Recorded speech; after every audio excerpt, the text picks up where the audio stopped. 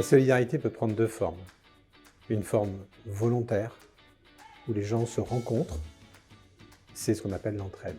Lorsque vous donnez une pièce à quelqu'un qui est dans le besoin, vous croisez son regard, son visage, et vous le faites volontairement. Vous pourriez ne pas le faire.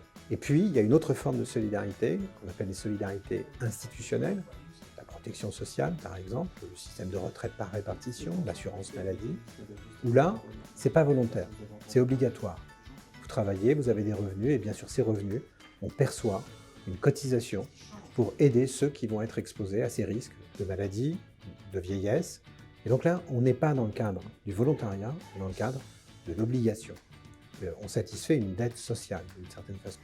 Aujourd'hui, en Europe occidentale et particulièrement en France, on a un État social assez développé, donc des solidarités institutionnelles assez développées.